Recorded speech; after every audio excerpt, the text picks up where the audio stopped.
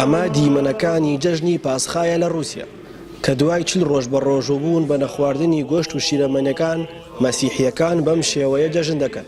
پاسخا بۆ مەسیحەکانی رووسیا جەژنێکی گەورەیە. Пасха – это самый большой православный. بەندێکی ڕۆسی هەیە ئاڵێ چییە ڕواتە دەمتەوە گرنگ نییە، ئەو قسانی لە دەمتەوە دێتە دەرگرنگە. ئێمە لە دوای 40 ڕۆژ بە ڕۆژوبوون پێکە ڕەنگەکەین وەکو ڕەمزێک بۆ ئەوی لە کاتی لە خەزانی مەسیحدا مەریەمی پاکیزە هێلکەی بەدەستەوە بووە و ئەو 40 ڕۆژە خۆمان بە دوور گرتووە لە خواردن و لە قسەی ناشرین. Не едят мясо, воздерживаются от дурных поступков. لای خۆیەوە قەشەی گەورەی سانک پێترسبورگ داوای ڕاگررتنی شەڕی کرد لە عێراق و سووریادا و هیوای خواست کۆتایی بهێنرێت بە ڕاگواستن و کوشتنی مەسیحەکانی عێراق. بەداخەوە لێسایە بەوەی شەڕەوە لە دەوڵەمەندترین ناوچەی شارستانی کۆندا کە عێراقە و زۆرترین ئاینی جیاوازی تێدا پێڕەوەکرێت دوێنی مەسیحیەکان و ئاینگارەکانی تری ژەڕژێ.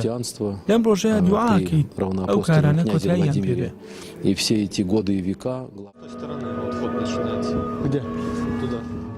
До сегодняшнего дня был Великий пост.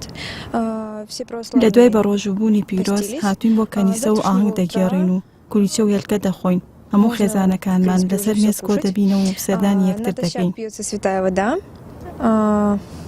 кулич и яйцо.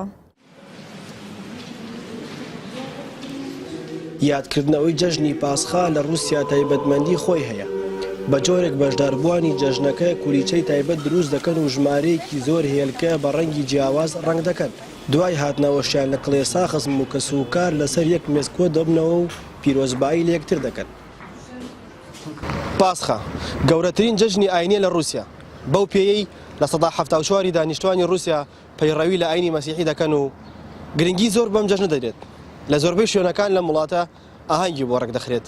ڕێبوار کامیل، NRT، سانک پێترسبورگ، رووسیا.